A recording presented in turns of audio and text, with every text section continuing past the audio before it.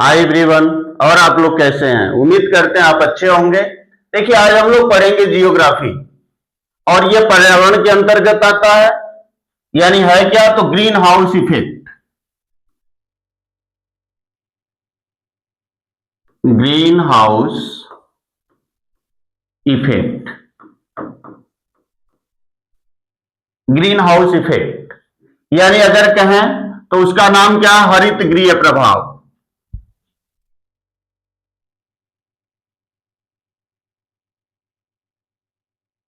हाँ, हरित गृह प्रभाव।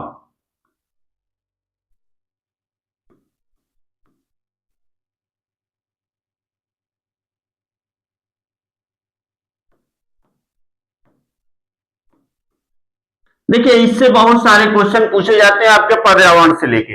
हरित गृह प्रभाव क्या है या ग्रीन हाउस इफेक्ट क्या है? तो आइए इसके बारे में समझते हैं कि ग्रीन हाउस इफेक्ट क्या है या हरित गृह प्रभाव क्या है। देखिए, अगर हम बात करें तो मुख्य रूप से जो ग्रीन हाउस इफेक्ट है दो चीजों से मिलकर बना है। ग्रीन यानी हरित गृह और प्रभाव। तो सबसे पहले हम लोग समझेंगे हरित गृह क्या है, यानी हरित गृह क्या है, फिर उसका प्रभाव क्या है। इन चीजों के बारे में हम लोग पढ़ेंगे। चलिए आइए समझते हैं हरित गृह क्या है। जैसे देखिए, अगर बात करें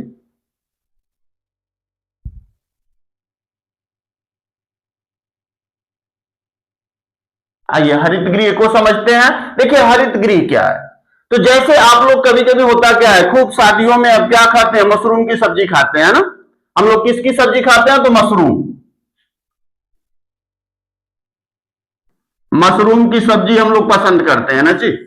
हाँ, अगर मशरूम की सब्जी खाते हैं, लेकिन एक चीज समझिए कि मशरूम का जो पौधा है या मशरूम किस प्रदेशों में उगाया जा सकता है? तो मशरूम ठंडे प्रदेशों में उगाया जा सकता है। ठंडे प्रदेश। यानी अगर मशरूम की बात करें तो मशरूम को हम ठंडे प्रदेशों में उगा सकते हैं। लेकिन हमारे तरफ भी इसकी खेती होती है, खूब अच्छे मात्रा में हम लोग कर रहे हैं। कारण क्या है कि हम लोग यहाँ ठंडा प्रदेश तो है नहीं, लेकिन हम लोग वैसा माहौल बना देते हैं। जैसे है क्या? अगर आपको मशरूम की खेती करनी हो तो आप क्या बनाते हैं? एक घर बनाते हैं। चलिए एक घर बना लेते हैं हम लोग। आप क्या करते हैं? एक घर बनाते हैं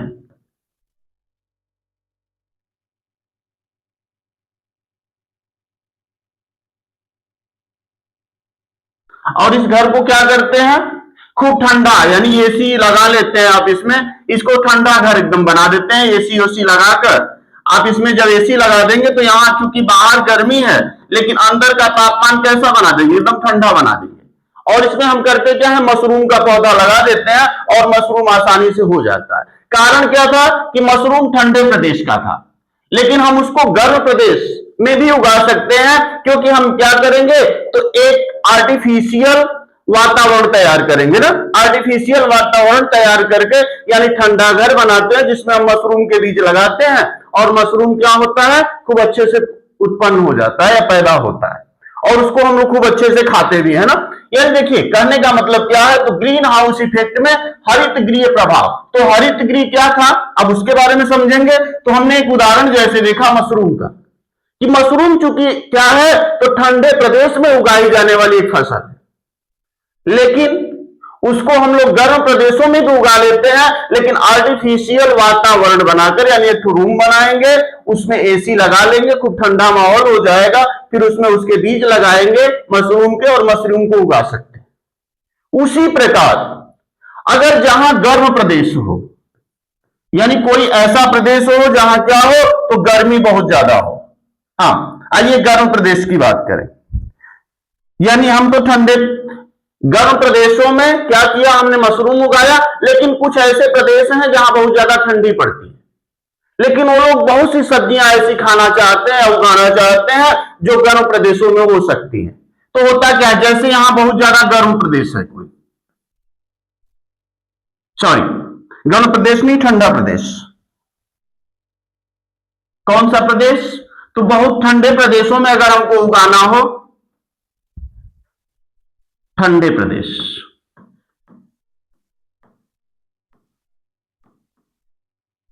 जैसे आपको अगर कोई गर्म प्रदेश की फसल कहां उगाना हो, कश्मीर में उगाना हो अपने भारत के, या फिर आप कोई दूसरे देश जैसे यूरोपासी, बहुत यूरोप में ठंडी पड़ती है, वहां आपकी जैसे फसल उगाना चाहते हैं, सब्जी उगाना चाहते हैं, तो वो लोग क्या करते हैं कि अब ग्रीन हाउस बनाते हैं। कैसा हाउस बनाते हैं? तो ग्रीन हाउस बनाते हैं। ग्रीन हाउस देखिए कैसे बनाते हैं, अब थोड़ी सी उसकी बात करें। देखिए अगर हम बात करें तो लोग हरे कांच का घर बना देते हैं। देखिए ऐसे एक घर बना देंगे, यानी वह क्या होगा, तो हरे कांच का घर, यानी कैसा घर होगा, तो हरे कांच का घर।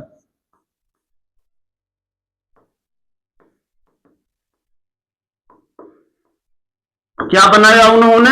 हरे कांच का घर बनाया। जो हरे कांच का वो घर बनाते हैं तो उसमें होता क्या है, देखिए दिन में जो सूर्य है, जो सूर्य है उसका प्रकाश जब दिन में इसके ऊपर पड़ता है तो यह करता क्या है, प्रकाश इसके अंदर चला जाता है ना। हाँ, हरे कांच के अंदर प्रकाश चला जाता है, लेकिन जब इसके अंदर चला जाता है तो यह होता क्या है, अब इसमें हमने मान लीजिए कोई पौधा लगाया है और दिन में सूर्योदय हुआ, सूर्य का प्रकाश रहा और सूर्य के प्रकाश को यह क्या कर लेते हैं, अपने अंदर तो ले लेता है, लेकिन बाहर नहीं निकलने देता है, यानी बाहर नहीं निकलने देता है जल्दी। इसलिए अगर हम कहें कि ऐसे स्थान जहां दिन और रात के तापमान में बहुत का अंतर होता है, वहां कोई फसल या सब्जी उगाने के लिए अक्सर लोग हरे कांच का घर बना देते हैं, जिसको हम क्या कहते हैं, तो ग्रीन हाउस कहते हैं। क्या बनाया? हरे कांच का घर बनाया, जिसको हम लोग ग्रीन हाउस कहते हैं। सही है ना?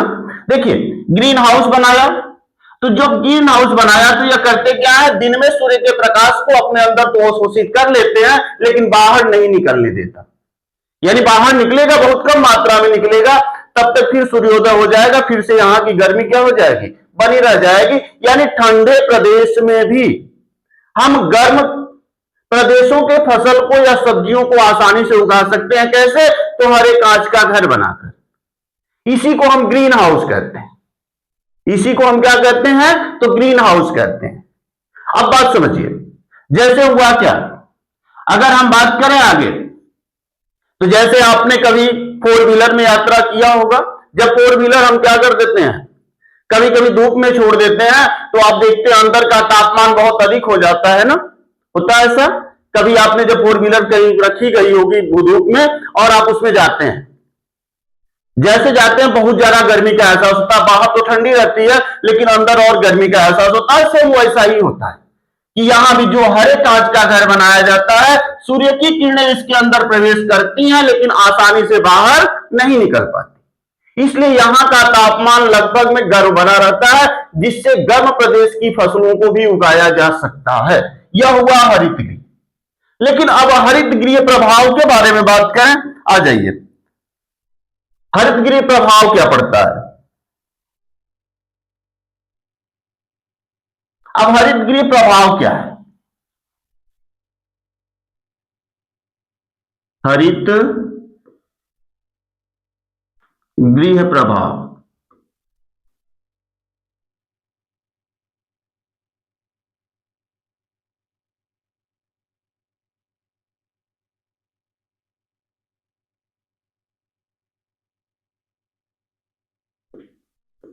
हरित गृह प्रभाव,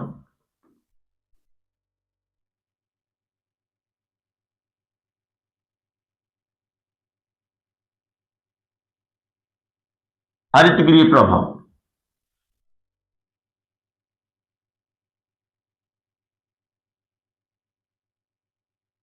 अब हरित गृह प्रभाव की बात करते हैं कि हरित गृह प्रभाव क्या है। तो देखिए हरित गृह प्रभाव क्या है, जैसे हमने अभी देखा ना नेक्स्ट में कि देखिए जब ठंडा कोई प्रदेश होता है तो हम क्या बनाते हैं, हरे कांच का घर बनाकर उस पर सब्जियों को उगा लेते हैं। उसी प्रकार हमारे वातावरण में कुछ गैसें हैं जो क्या कर रही है, सूर्य की किरणों को अपने अंदर तो अवशोषित कर ले रही हैं लेकिन छोड़ नहीं रही हैं, क्योंकि वही चीज हमने देखा। देखिए यहां जो हमने हरे कांच का घर बनाया था उसमें सूर्य की किरणों को यह अवशोषित अपने अंदर कर लेता है लेकिन आसानी से नहीं छोड़ता। उसी प्रकार हमारे पृथ्वी पर, देखिए अगर अपने पृथ्वी की बात करें तो हमारे पृथ्वी पर जो चारों तरफ वायुमंडल विद्यमान है,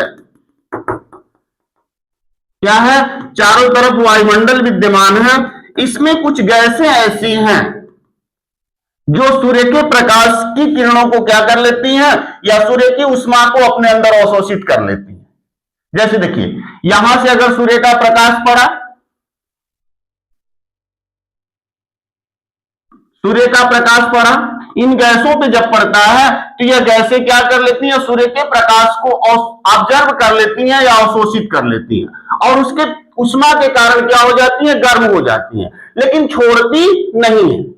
जैसे उदाहरण में कुछ गैसें हैं, अगर उन गैसों की हम बात करें तो कौन कौन है, तो सबसे महत्वपूर्ण जो है CO2 है। CO2 यानी कार्बन डाइऑक्साइड।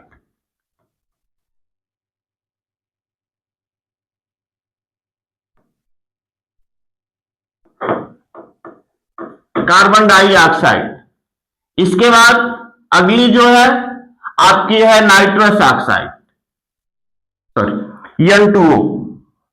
क्या है, तो नाइट्रस ऑक्साइड।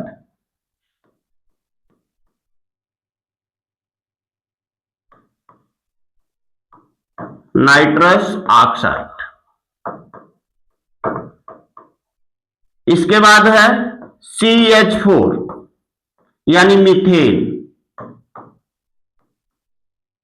मीथेन के बाद देखेंगे तो CFC है यानी क्लोरोफ्लोरोकार्बन।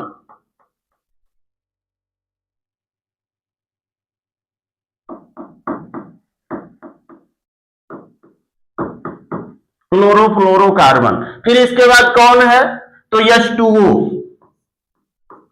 H2O यानी जिसको हम कहते हैं जलवाष्प। जलवाष्प। इसके बाद अगर देखेंगे तो O3 भी है यानी ऑक्सीजन, अरे सॉरी क्या नाम है, ओजोन भी है, O3। O3 जो है ओजोन।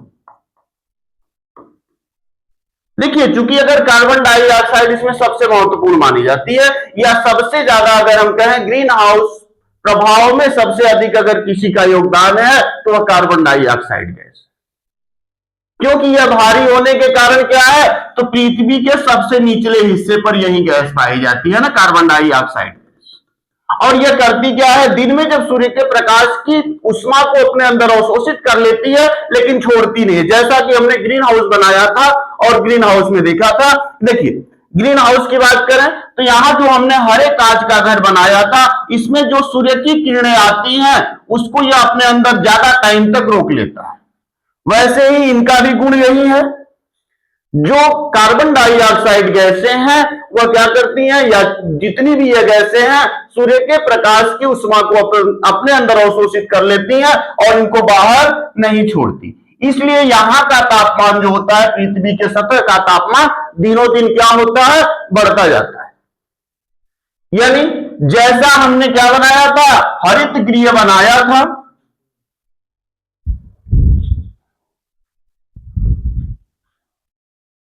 हाँ